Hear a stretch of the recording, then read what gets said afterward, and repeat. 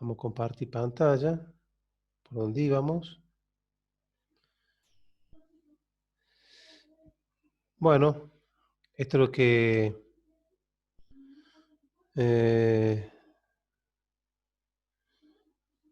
bueno, Nahuel, ¿querés preguntar algo? ¿Que levantaste la mano? No.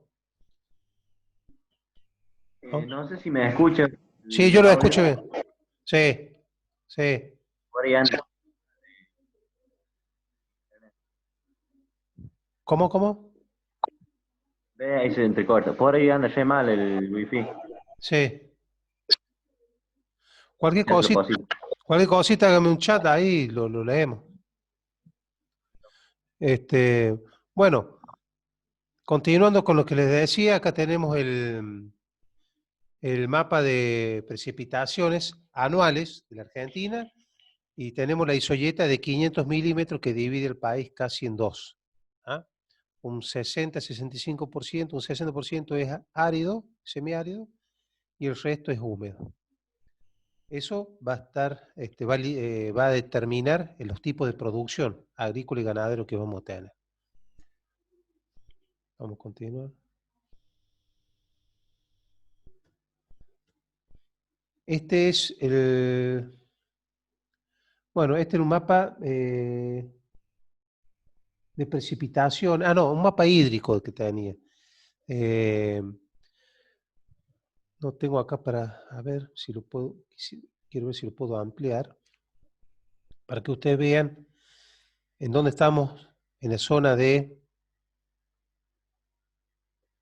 fíjense, ahí en la zona sur, en el departamento general de San Martín, casi no tenemos esas líneas celestitas que se saben ver, que son los ríos o cursos de aguas transitorios. Muy poquito, apenas en la sierra de Ulapes hay algunos cursitos de agua, producto de que cuando llueve en las sierras van buscando el naciente o la parte de abajo que le decimos nosotros, que es el este. Pero ahí nomás desaparecen, son cursos de aguas momentáneos, como por ejemplo el Abra. Este, fíjense que tenemos acá en Chepes, es distinto. Tenemos la parte de Chepes y Malanzán, donde hay más estos cursitos de agua que se ven en las líneas celeste, producto que en Chepe tenemos eh, no solamente la parte occidental de las sierras de La Mina y Sierra de Chepe que van hacia lo que es Chepe mismo, la ciudad, sino que tenemos en el norte del departamento de Rosario Vera Peñalosa, tenemos unas sierritas que hace de que también venga esos cursos de aguas que bajan de norte a sur.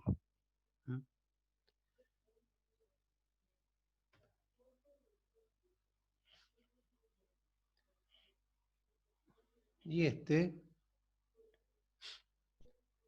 mapa, que está bueno también, acá tenemos, acá se ven mejor los cursos de agua, ahí lo vemos, con respecto a Chepe y con respecto al departamento de San Martín. El otro que les quería mostrar, espérense, es este. Pero no, tenía otro que era relacionado con los tipos de suelo. Bueno, ese debe estar en otra filmina. Vamos a salir y vamos a entrar en la otra.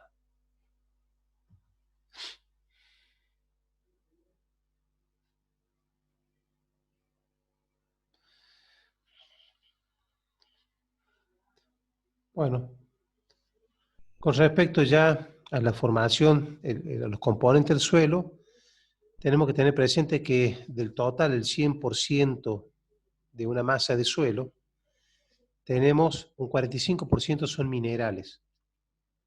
Y cuando yo hablo de la parte de mineral,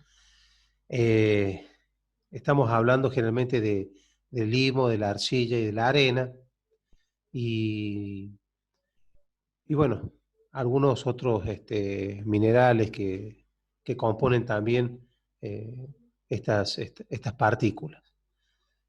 El otro 5% es materia orgánica. Y ahí tenemos un 50% de lo que es la parte sólida. O sea que de un puñado de tierra, la mitad está formada por aire o agua y la otra mitad está formada por la parte sólida. La parte sólida, el 5% aproximadamente, es materia orgánica, no es en todos los suelos. Por eso los distintos tipos de órdenes de suelo. No es en todos los órdenes. Con respecto a lo que es el aire y el agua, dependen de un factor importante del suelo, que es la porosidad. Los poros que tiene el suelo van a estar llenos por agua, en caso de que reguemos o que llueva, o si se secó el suelo o se está secando el agua, lo que no ocupa el agua lo va a ocupar la parte gaseosa, o sea, el aire. ¿Mm? Oxígeno, dióxido de carbono, van a estar dando vueltas por los poritos.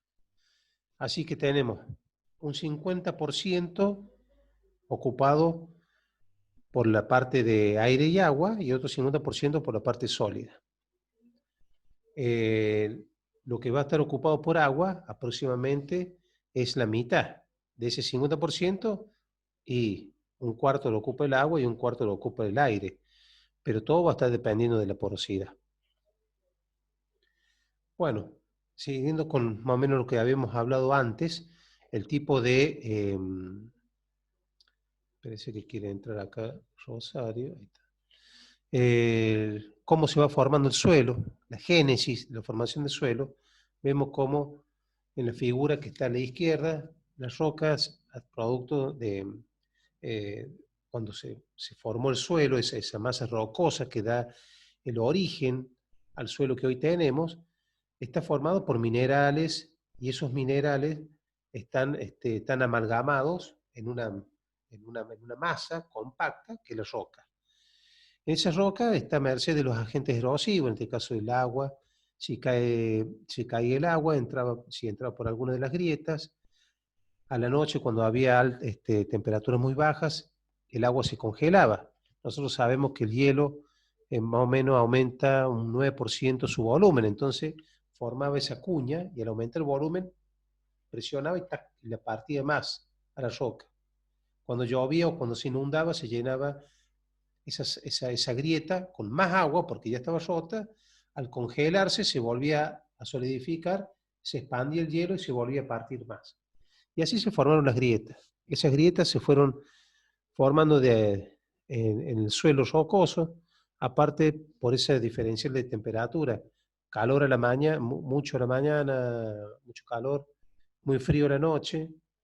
Ese diferencial de temperatura hacía que se dilatara los elementos formadores de la roca, que son los minerales. Cada mineral dilataba en distintas formas. No todos los minerales dilatan o se contraen a la misma temperatura. Si alguno se dilataba, por ejemplo, si el cuarzo se dilataba más rápido y el hierro a lo mejor todavía no se dilataba, entonces al haber un diferencial entre estos dos que están juntos, este se dilata y este todavía no, se resquebrajaban en el medio. Y así fue entrando también, le dio lugar por esas grietas a que se colonice.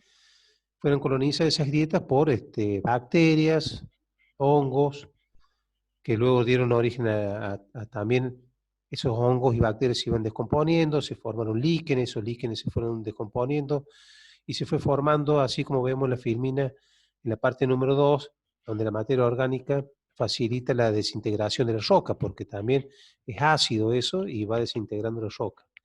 La materia orgánica cuando se va desintegrando también tiene un pH un poquito más bajo.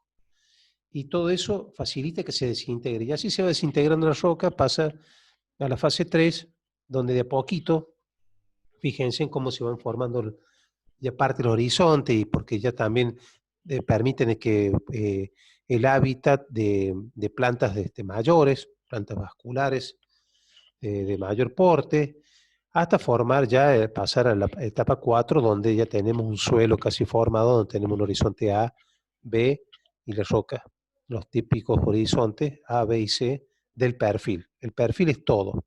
Los horizontes son A, B y C. A es donde el horizonte tiene el mayor porcentaje de materia orgánica, donde se desarrolla más la vida, donde hay microorganismos, organismos pluricelulares también, y hay insectos, están las raíces de las plantas, se descomponen. Bueno, es toda una actividad biológica ahí. El horizonte B, el horizonte donde tiene un porcentaje menor de materia orgánica. La materia orgánica que llega al B es porque se va lavando de la A, pasa esa sustancia que se va lavando, pasan con el agua a la parte, al horizonte B, tiene menos materia orgánica, pero también tiene cierta estructura que puede ser favorable o muy favorable para el desarrollo de las plantas y de las raíces. Luego el horizonte C, que es la roca, digamos la roca madre, o parte de lo que es la roca. Nosotros el horizonte C también lo llaman por el carbonato, por la acumulación de carbonato. Bueno, ustedes van a ver cómo se va formando ese horizonte A, B y C, donde la participación de arena, limo y arcilla va a estar variable ahí. Ahora, el limo, la arena y arcilla, ¿de dónde sale? ¿De dónde se originó? ¿De dónde viene el limo, la arena y la arcilla? Pregunto. ¿Quién quiere que responda? Tienen derecho a equivocarse. De la desintegración de rocas, profe, o sea, de-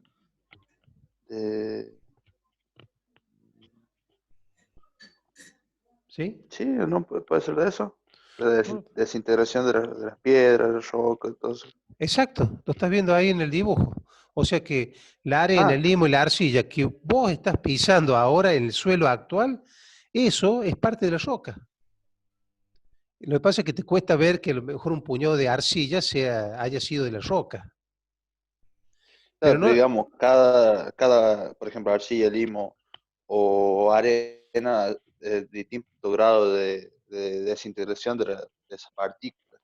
por supuesto. Ahora, lo que vos estás pisando en Ulape o en Chepe, no quiere decir que ese limo o esa arcilla sea originaria de la roca de Chepe. A lo mejor la trajo alguien o algo. El ¿Quién viento, el agua. Exacto, la erosión hídrica o eólica, y la arrastró miles de kilómetros, muchos kilómetros, no sé, o un par de kilómetros, bueno, pero de algún lado vino. Entonces, ahí tenemos dos diferencias, que son los suelos que se van formando en el lugar, que se van pasando de lo que es de la etapa 1 a la etapa 4, en el lugar, propio del lugar. Son suelos donde vos tenés, hacer un análisis de suelo en el horizonte A y B, y vos sabés que si tiene carbonato o no carbonato, o sales o no tiene sales, o tiene ciertos otros componentes, nitrógeno, fósforo, potasio, es porque la roca tenía eso, porque esa roca se degradó y el suelo conserva esos minerales. Ahora, ese es uno. Otro, vos podés hacer un análisis de un suelo y a lo mejor lo que vos obtenés en el horizonte A o B no tiene nada que ver con los minerales, los contenidos de sales o de carbonato con respecto a la roca madre. Y vos decís, pero bueno, pero entonces, ¿de dónde salió esto? Si la roca madre no tiene tantos carbonatos, o cierto tipo de carbonato, ¿por qué el suelo, el horizonte A y B tiene estos elementos? Bueno, ahí te vas a dar cuenta que son partículas que han venido de otro lado. ¿Estamos? Sí, profe. Perfecto, continuemos.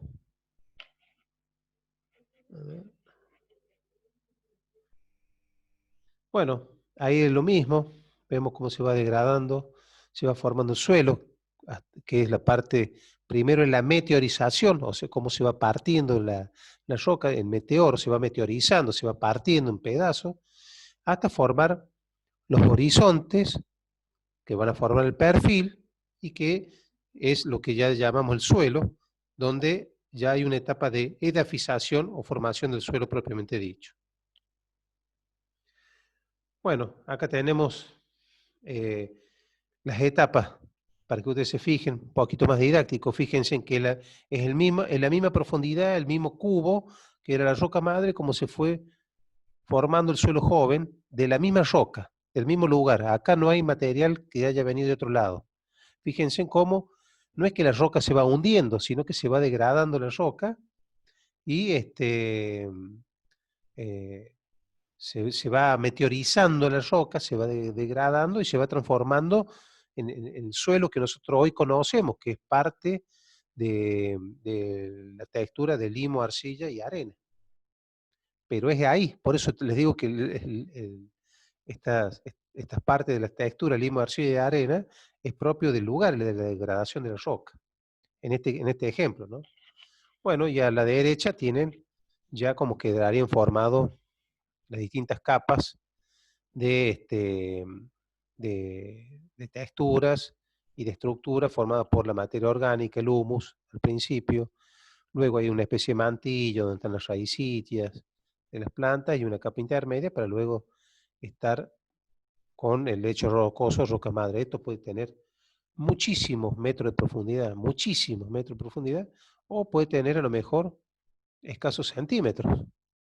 ¿Ah? En la parte de los cerros, allá en todo lo que es la parte de Chepe Viejo, Villa Casana, todo lo que es para arriba, Quebrada del Vallecito, todo, ¿no? Bueno, en las laderas, en la parte, en las cumbres, hay muy poca profundidad, son suelos poco profundos, porque ahí nomás tengo una capita de horizonte A y algo de B, o si no, A y C, y ahí nomás ya después me dio con la roca.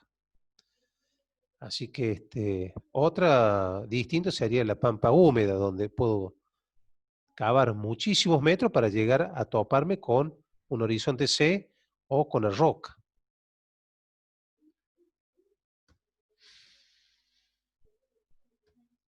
Bueno, ahí está la edafogénesis, que es la formación del suelo. Habla que el suelo está organizado en una serie de estratos llamados horizontes, es lo que le decía, el horizonte A, B, C, bueno, en este caso la roca madre. Le ponen D ahí, pero nosotros a veces la llamamos como R. Ojo, el horizonte C, acá, no hace falta que llegue al horizonte C y está la roca pura, eso es R. El horizonte C está relacionado cuando hay una alta concentración de carbonatos, producto de la degradación de la roca. Bueno, acá podemos ver cómo se ven esas estratificaciones a medida que se fueron formando los suelos. Vemos si hay una ladera de un cerro o una quebrada, vemos cómo están las estratificaciones. Por supuesto que mientras más profundidad estemos el cerro, o sea, más abajito, son los estratos que se dieron mucho antes, a principios de todos los siglos. Y la parte más alta del cerro sería la parte más joven, la parte actual donde está la vegetación. Bueno, acá se lo hago rapidito, más o menos en grandes rasgos, el origen del suelo provincial de la provincia de La Rioja estaría dada aproximadamente por estas características, por estos agentes que es el viento y el agua. Bien, acá lo traté de simplificar en estas filminas, donde el aporte de los ríos, del agua que viene de la zona de cordillera, precordillera, producto del deshielo y de las precipitaciones, van hacia los lugares bajos. Viajan muchísimos kilómetros estos ríos y van hacia la parte baja de la provincia, que es el este provincial, donde depositan los materiales que vienen de la zona de arriba, de la zona de precordillera y cordillera. Fíjense, a su mano derecha, en la parte inferior, tenemos ahí una loma, media loma y un bajo, en donde el bajo va ganando parte del material que estaba en la media loma y en la loma. Así que la profundidad del suelo, a medida que yo voy ganando material en el bajo, la profundidad del suelo en el bajo cada vez mayor, más profundo, mientras que se va a través de la erosión eólica e hídrica, todo lo que es la parte del suelo, el horizonte A, en lo que es en la cima y en las laderas, por la pendiente, se va lavando. Entonces tengo un horizonte más muy precario, muy apenitas, Es más, hay lugares donde tengo la roca pelada, descubierta, pero sepamos que toda esa meteorización y parte de dafización que se dio en la cima o en la media loma, fue a parar a algún lado y generalmente está en el bajo. No hay nomás, puede ser en la parte baja de una región o de una provincia, puede haber sido arrastrado por muchos kilómetros. Pensemos no solamente ahora, pensemos que son procesos que vienen de miles y miles de años, o sea que no es de ahora. Por eso a usted a lo mejor le cuesta entender cómo usted me van a decir, no, pero cómo este puñadito de arena que está acá arriba en la loma me puede aparecer, o en la sierra de las minas, me va a aparecer en el bajo, en la parte de Aguayo o San Solano. Han pasado muchos kilómetros. Bueno, generalmente sepan de que esto puede haber pasado a través de miles de años y donde en esos tiempos la ingresión marina no estaba la cordillera de los Andes, así que el Pacífico entraba hasta acá y también se retrocedía y entraba y retrocedía, producto de los grandes cataclismos que hubo en la provincia a través de los siglos. Bueno, fue formando parte de este suelo y dejó arena y retiraba y traía material marino y lo dejaba y se retiraba hasta que se formó la cordillera de los Andes y se formaron esos bolsones. Quedaron agua a veces encerrada entre dos partes altas y el agua quedó en el bajo. Y se formaron grandes lagos hasta que pasaron miles de años y se evaporó ese lago. Pero el material marino quedó, así que se formaron esos suelos.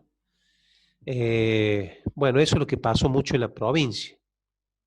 Y, y el material traído por producto del viento, ni hablemos, eso es, nosotros en los llanos sur, es fundamental entender el movimiento de material liviano, generalmente arcilla, traída por la erosión eólica, generalmente de los vientos que vienen del norte o del oeste. Fíjense acá es lo que yo estaba hablando, como por ejemplo estas ingresiones marinas, fíjense en la figura que está a la izquierda, toda esa gran masa de agua, imagínense, vamos a ver un ejemplo, nos imaginemos la mitad de La Rioja, toda la parte este de La Rioja, inundada por el mar. Una ingresión marina tremenda. Todo ahí, esa costa, la costa del cerro que vemos en la figurita de la izquierda, un montón de pueblos costeños e incluso hasta el sur de la provincia. Imaginemos Chepes y Ulapes bajo el mar. Así que luego esa agua se retiró cuando se movieron las placas tectónicas y se fueron haciendo los distintos movimientos de la Tierra. Bueno, el agua ya buscó el desnivel y se retiró, dejando material, porque no se va así nada más, sino que deja.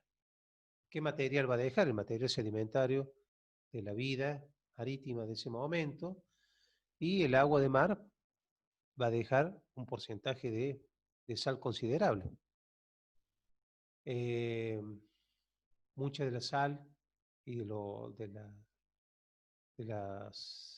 tipos de sales que tenía esa agua marina estaba producto de los seres vivos que habitaban el lecho marino y se iban descomponiendo y bueno, iban dejando también sus sustancias químicas, o sea, muchas sales, mucho carbonato, calcios. Así que cuando se retira el agua, y en lugares donde el agua quedó empozada y no se pudo retirar, porque quedó en un pozo, esa agua se evaporó y quedaron este tipo de sales.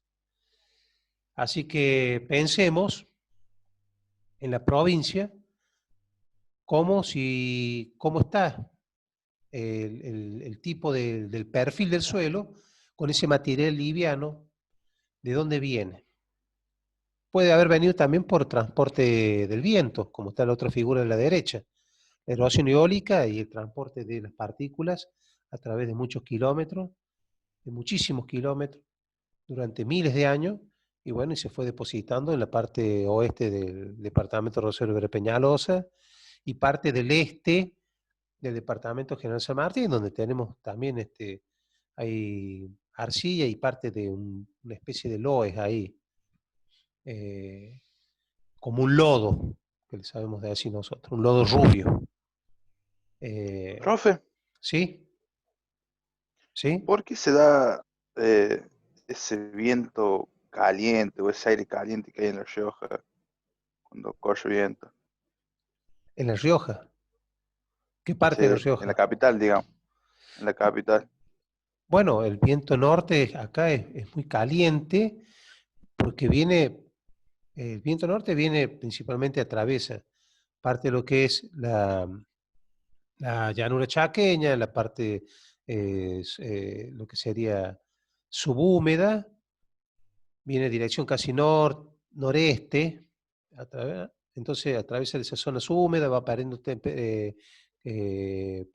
humedad a través de las precipitaciones, atraviesa parte de lo que es el Chaco seco, empieza a entrar lo que es la parte del Claro. Chaco seco, la deforestación provocó que no haya tanta transpiración y tanta formación de vapor de agua, entonces el viento viene entrando y se va secando. Y a medida que va pasando, atraviesa toda esta región de Santiago, parte de las salinas que tenemos entre Santiago y La Rioja, entre Córdoba y La Rioja, Más seco, se supone. más seco y más caliente, porque esta zona del suelo está caliente, tiene mucha radiación y poca vegetación, entonces se calienta. Entonces el viento viene y atraviesa ya un poco seco y caliente. Medio parecido a lo que le pasa al sonda, viene bajando a través hagamos de Claro. cuenta que la figura que está a la derecha es parte del viento sonda, a medida que va bajando la ladera del cerro, se va secando y se va calentando. Y atraviesa todo San Juan, desierto caliente, cuando llega a Chepe, un viento seco y caliente. Queremos morir. Así que, sí. Claro, claro. Bueno, continuamos. Fíjense, esto es parte de la erosión eólica el día de hoy. ¿Mm? Me quedan 10 minutos, así que vamos a hacerlo rapidito. Todo este material que vemos así, o cuando vemos el cielo con tierra, son miles de toneladas, pero toneladas de material del suelo, de material liviano, arcilla, que se va volando y a algún lado va, y a algún lado se deposita. Acá le hará retranca la vegetación y parte se quedará ahí cerca de la vegetación, otra parte de toda esa tierra pasa esa vegetación que está ahí cerca del alambre y ir al campo vecino o al otro y así todos los kilómetros. Pero aparte, pensemos, no solamente es material, es arcilla, sino que también es el material liviano, o sea, es toda la parte rica del suelo porque es en el horizonte A. En el horizonte A es donde sufre la erosión eólica, también la hídrica, por supuesto, pero el que está más propenso a la erosión. Así que se lleva, lo que ustedes están viendo ahí es la parte más rica del suelo, me la está llevando el viento. Así hay que verlo también, no solamente que me lleva material, sino que me lleva qué calidad de material y el que tiene mayor calidad. Bueno, las partes de la textura, arena, limo y arcilla. La arena es más gruesa, el limo es intermedio y la arcilla es más finita, fíjense en los tamaños. La porosidad, bueno, es mayor la porosidad en la arena que en la arcilla, por supuesto. Y un suelo muy arcilloso va a tener menos poro y al tener menos poro va a haber menos penetración del agua, así que el agua, si llueve, es muy probable que parte de esa agua se pierda como precipitación no efectiva por la escorrentía. Por lo tanto, si me llovió 100 milímetros, me va a percolar 50 y de los 50 no sé cuánto se va a aprovechar por las raíces o cuánto se me va a ir a mucha profundidad para ser almacenado en el suelo, porque el suelo funciona como un gran almacenador de agua. Así que es todo un problema tener suelos muy arcillosos y más en los primeros centímetros, por la porosidad, baja la porosidad. Bueno, el triángulo de textura, el triángulo textural. Fíjense que el triángulo que está hacia su izquierda dividen ya el suelo entre areno, arcilla y limo. En el medio tenemos de color marrón las texturas francas, La textura franca es porque tenemos casi, o franco, directamente franco, porque hagan de cuenta que tenemos 30%, 33 de arena, 33 de limo y 33 de arcilla. Sería un suelo franco, con una textura considerable, bien, con una porosidad promedio. Digamos que un ¿Cuál suelo, sería la óptima, profe? y se podría decir que tratamos de ser la óptima. Óptima porque a lo mejor tiene cierta porosidad que no te lo da la arcilla. Tampoco quiero un suelo muy arenoso, muy poroso, porque todo lo que entre se me va a ir, se va a lixiviar hacia abajo. Y si yo tengo, por ejemplo, tengo que fertilizar y mucho se me va a ir abajo. Bueno, la riqueza de un suelo no va a ser muy rico con nutrientes, un suelo arenoso. El arcilloso sí tiene mayor capacidad de intercambio, de dar a las raíces y a la matriz del suelo, para darle a la solución del suelo ciertos minerales y ciertas sustancias nutritivas para la planta. Sí tiene, las capta y las puede ceder. El tema es la porosidad, que a veces lo juega en contra. O sea, uno tiene sus pros y sus contras. La arcilla, la arena y el limo. El limo está ahí en el medio, y entre arcilla y arena en su riqueza y su capacidad de intercambio y en su porosidad. Por, Y, por ejemplo, en una zona de mucha precipitación, tener un suelo arcilloso sería fatal por el tema de la. bueno, pensemos que en Misiones hay mucho tipo de arcilla también y llueve mucho. Ahora, ¿qué pasa con un suelo arcilloso que me llovió y después se cortó la lluvia y no me llovió más por no sé cuántos meses y le pegó el sol? ¿Qué pasa con ese suelo? ¿Cómo queda? ¿Ah? ¿Cómo quedaría? ¿Hola? No se escucha. Más ¿Cómo compactado, ¿no, profe? compactado? Quedaría un ladrillo, un ladrillo. Se humedece y lo puedo manejar, muy lindo. Ahora después se secó, me lo cocinó el sol, es un ladrillo. Ahora, si tengo a la arcilla, la mantengo con cierta humedad permanente, y bueno, las raíces pueden entrar, es un poquito mejor, un poquito. Así que es para ver, es para conjugar, ¿no? Yo no te puedo decir cuál es el malo de la película.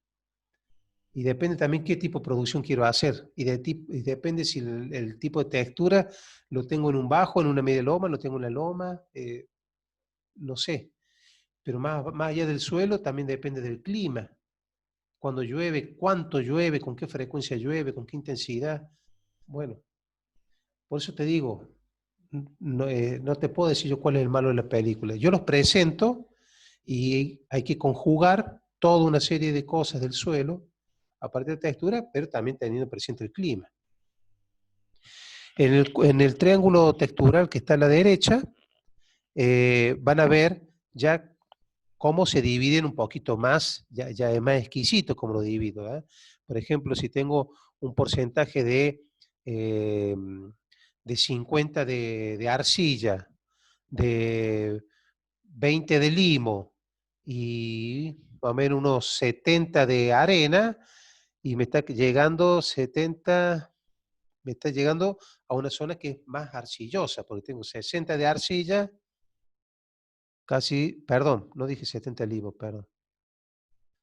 Quise decir 30 de limo y 30 de arena, y voy a tener un suelo arcilloso. Ahora, si yo tengo un suelo franco, arcillo arenoso, o sea, es franco, pero tengo más arcilla que arena, por eso es franco, arcillo arenoso. Va el arcillo primero, porque si bien es franco, pero tengo más porcentaje de arcilla que de arena.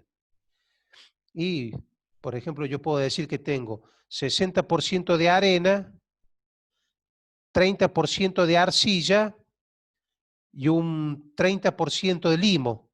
Fíjense que coincide en lo que es un suelo franco arcillo-arenoso. Tengo 30 de arcilla, tengo 30 de limo y tengo 60 de arena. ¿Mm? Algo así es. A ver. Sí. Bueno, las variables según la textura que yo tenga del suelo, se va a clasificar así, o franco limoso, o arcillo limoso. Siempre va primero lo que prevalece, arcillo limoso o limoso arcilloso. Ese triángulo textural, bueno, después vamos a hacer un trabajito práctico a ver si podemos llegar a saber qué tipo de textura tenemos. Bueno, las partículas del suelo, arena, limo y arcilla, las presenté, el tamaño, y si después que uno agarra, pone en un poco de tierra en una botella, lo agita, lo deja estacionar un tiempo, y la parte más fina va a quedar arriba y la parte más gruesa abajo, y es más, se pueden llegar a diferenciar, y ahí están las 3 capas. La estructura del suelo. Bueno, las estructuras ahí están presentadas, generalmente puede ser masiva, puede ser laminar, prismática. La estructura es cómo las distintas partes, la arcilla, el limo y la arena, cómo se unen y qué figura forman. Una cosa es textura, que podría ser la textura del saco, al tacto, la textura al tacto, y otro tipo es la estructura que forman esos componentes de la textura. Obvio, junto con otros elementos químicos, humus o minerales dando vuelta que tienen cargas de unión, entonces van a formar cierta estructura. Un suelo sin estructura tiene una estructura, va a dar un tipo de estructura masiva, sin estructura, y se van a formar placas por la poca porosidad y encima la presión del agua, y se van a formar esas plaquitas. Eso va a provocar que tenga un suelo con muy poca porosidad.